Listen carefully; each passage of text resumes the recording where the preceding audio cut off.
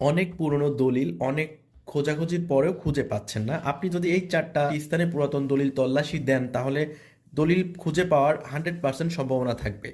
তো ১ নম্বরে হচ্ছে রেকর্ড রুমের যে ইনডেক্স বই থাকে, রেকর্ড রুমের ইনডেক্স বই যেখানে দলিলের ক্রমিক নাম্বার লিখা থাকে, আপনি যদি সেখানে দলিল তল্লাশি করেন তাহলে ক্রমিক নাম্বারটা খুঁজে পাবেন। ২ নম্বরে হচ্ছে ১ নম্বর সূচি বই যেখানে দলিলের দাতা গ্রহীতার নাম লিখা থাকে। ৩ নম্বরে হচ্ছে ২ নম্বর সূচি বই যেখানে খতিয়ান ও দাগ নম্বর লিখা থাকে।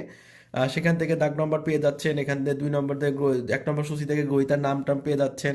৪ নম্বরে হচ্ছে আপনার খতিয়ানে ওয়ার্কিং ভলিউম বা ড্রাফট উত্তোলন করবেন। একটা খতিয়ানের যদি ওয়ার্কিং ভলিউম বা ড্রাফট উত্তোলন করেন তাহলে আপনার ওই খতিয়ানটা কিসের বলে রেজিস্ট্রি হয়েছে, কোন দলিলের, সেখানে সেখানে দলিল নাম্বার লিখা থাকবে, দাতা গ্রহীতার নাম লিখা থাকবে ইত্যাদি সবকিছু পেয়ে যাবেন এই খতিয়ানে যদি ওয়ার্কিং ভলিউমটা তুলেন।